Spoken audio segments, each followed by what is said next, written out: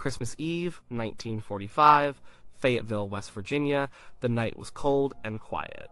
Inside the Sodder family home, things were winding down. George and Jennie Sodder had 10 children. The oldest son, Joe, was away in the army, but the other 9 were home. The older kids, Marion, George Jr., and John, had been allowed to stay up late. They were excited, they'd gotten new toys for Christmas, and wanted to play with them.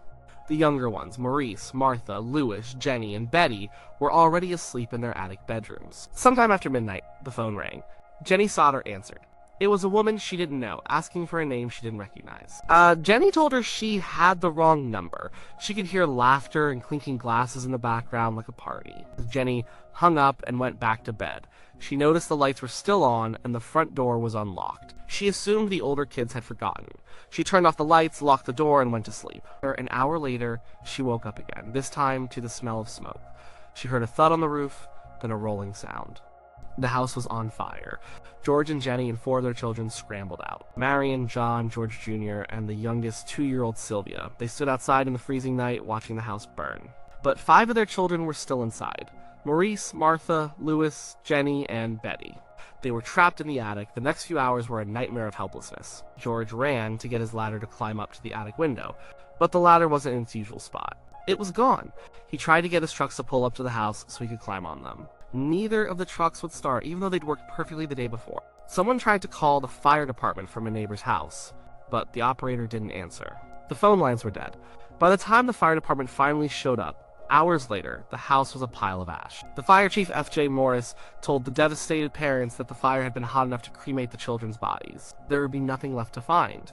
The Sodders were given death certificates for their 5 missing children. The official cause of the fire was listed as faulty wiring. Case closed. But George and Jennie Sodder never believed it. Not for a second. For the rest of their lives, they were certain their children had not died in that fire. They believed they were taken. And the more you look at the details, the harder it is to disagree with them. The story the authorities told them just didn't add up. The faulty wiring explanation was strange. George had just had the house rewired, and the power company said it was safe. The phone line being dead was strange. A telephone repairman later confirmed it hadn't been burned, it had been cut. The missing ladder was strange. It was found days later, thrown in an embankment 75 feet from the house. The trucks not starting was strange. They seemed to have been tampered with. And the biggest thing of all, no bodies, no bones, no teeth, not a single trace of 5 children was ever found in the ashes. An employee from a local crematorium told the Sodders that bones remain even after bodies are burned at 2,000 degrees for 2 hours. Their house fire lasted maybe 45 minutes. Something should have been left. The Sodders began to suspect the fire was a cover. It was a diversion, a way to create chaos so someone could take their children. But who would do such a thing? And why? This is where the story takes a darker turn, and it starts with George Sodder himself. George wasn't originally from West Virginia. He was an immigrant from Sardinia, Italy. His real name was Giorgio Sodder. He came to America as a young boy and built a good life for himself. He had a successful trucking company, he was a respected man in town, but he was also very outspoken. He had strong opinions, especially about Italian politics. He openly and frequently criticized Benito Mussolini, the fascist dictator of Italy. In a town with a large Italian-American immigrant community, this was not a popular stance. Many in the community still felt a strong connection to their home country, and some supported Mussolini. George's criticisms made him enemies. He had been threatened. A life insurance salesman came to the house and tried to sell George a policy. When George refused, the man got angry. He warned him that his house would go up in smoke one day and his children would be destroyed. He sneered that George's anti-Mussolini talk was going to get him in trouble. Another time, a stranger came by looking for work. He walked to the back of the house and pointed to the fuse boxes. He told George, "This is going to cause a fire someday." This was odd, because George had just had the wiring checked. The older Sodder children remembered seeing a strange car parked along the main road for days before the fire. The people inside were watching the younger kids as they came home from school. These weren't just random, unfortunate events. They were pieces of a puzzle. And the puzzle pointed to a deliberate act. Someone wanted to hurt George Sodder. They targeted him because of his heritage and his politics. The fire wasn't an accident. It was revenge. But this is where the most common theories often stop.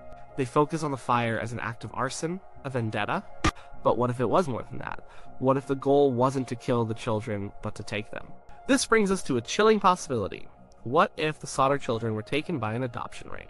An illegal network that stole children and sold them to desperate couples. It sounds like something from a movie, but in the 1940s, these black market baby rings were very real. The most famous was run by a woman named Georgia Tan in Tennessee, who stole hundreds of children and sold them under the guise of a legitimate adoption agency.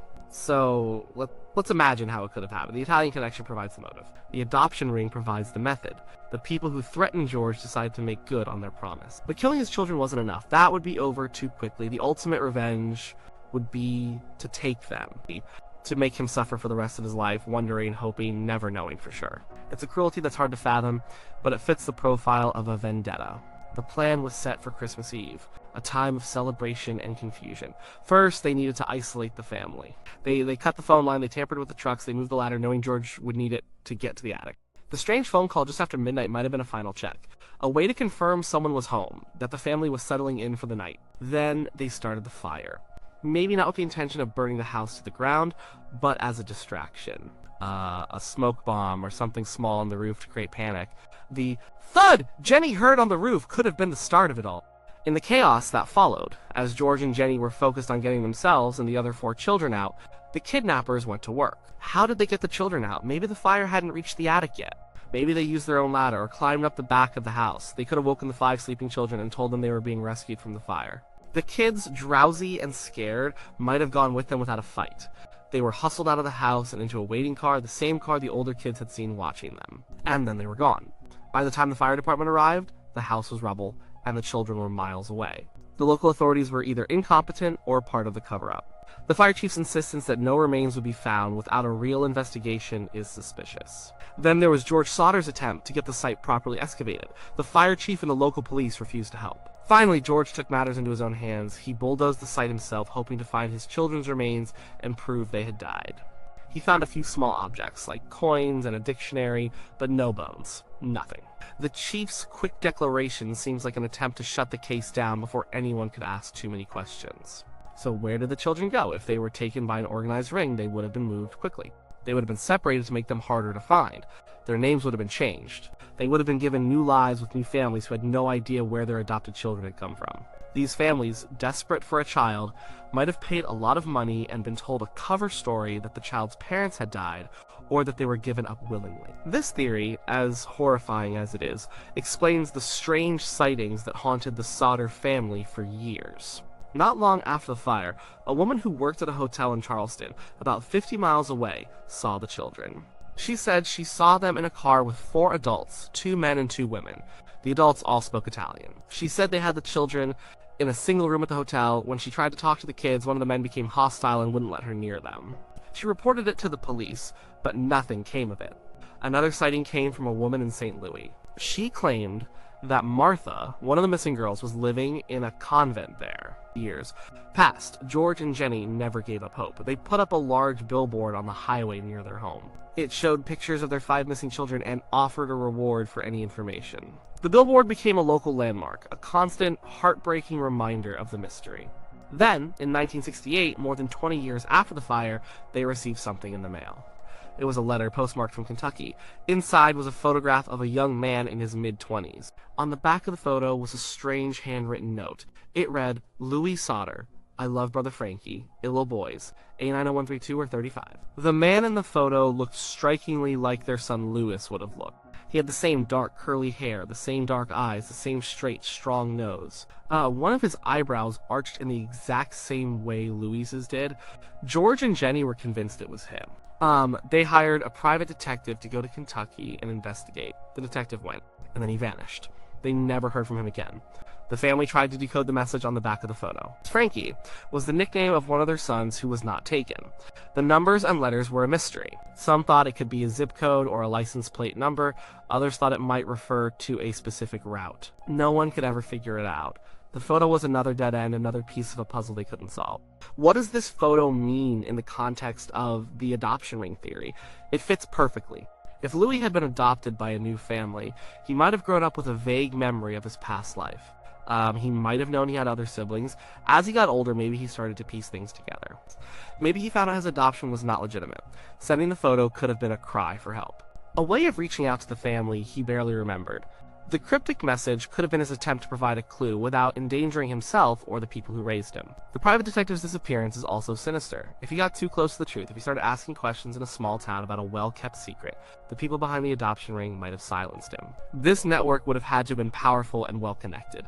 To steal 5 children, create new identities for them, place them in new homes, and then cover it all up for decades requires a level of organization that goes beyond a simple act of revenge. It points to a criminal enterprise, and in the 1940s, organized crime was deeply embedded in many communities, including Italian-American ones. It's possible the people who took the children were not just angry Mussolini supporters, but members of an organized crime family.